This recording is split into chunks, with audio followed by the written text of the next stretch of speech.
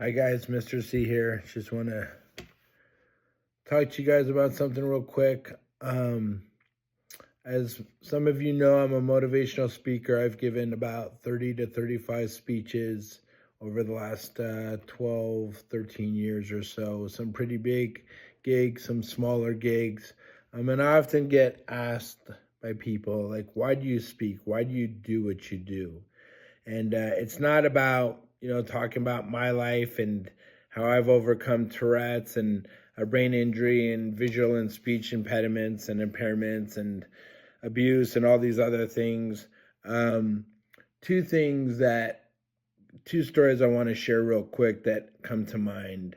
I referenced in an earlier video a little girl who's wheelchair bound, who suffers from spina bifida. I'm not going to say her name, but she's a very special girl. I was talking to her a few weeks ago, and this girl has the sweetest spirit I've ever met in any student I've ever had. I've been doing this a long time, a very long time. I've met some awesome, amazing, loving kids, a lot of them. This girl, her voice, her face, her smile, her tenderness just light up the world, light up the room, the world that we live in today, my world, and everyone else's world that she touches. And when I look at her, I look at someone who has every excuse to be bitter, to be angry, to be sour, to be dour, to be angry at the world, and yet she has the best attitude towards life. And I'm just in awe and in complete amazement by her attitude towards life and towards others, and her lovingness and her pureness and sweetness. The second story I want to share is, today I was walking with one of my students who's nonverbal, has pretty significant autism, has an ear deformity, hard of hearing, hearing disability, has some aggressive behaviors. He likes to scratch and claw and scream and,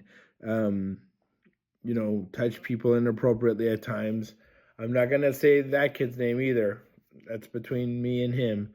I was walking him to the bus, and I had him by the hands, and a class is walking by, and he's got his hand out the whole way. And the teacher goes up and high fives him, and he's still got his hand out. And a class, I can't remember, I don't think it was his class, but a class of kids were walking by, and he had his hand out the whole time. And not one kid high fived that kid. And that sat with me. That really sat with me. And even though those kids are I'm sure, I have no doubt, all the kids in my school are great, wonderful kids. But that really stuck with me, because here's a kid that doesn't look like you, doesn't look like me, probably doesn't look like too many other people that we know. But he's still a kid, and he's still a person. And for him to walk through that line of that line of kids, that class, and not get one high five, that told me one thing, because that really sat with me. That told me that there's still work to do. So that's why when I speak at conferences or universities or churches or libraries or schools, it's about the power of positive relationships, but it's also about teaching the world and spreading awareness that people with disabilities can contribute to the world. People with disabilities do matter. We do matter. I matter. That kid matters. That girl with spina bifida matters. We all matter. We matter. And we can still contribute wonderful, beautiful things to this world.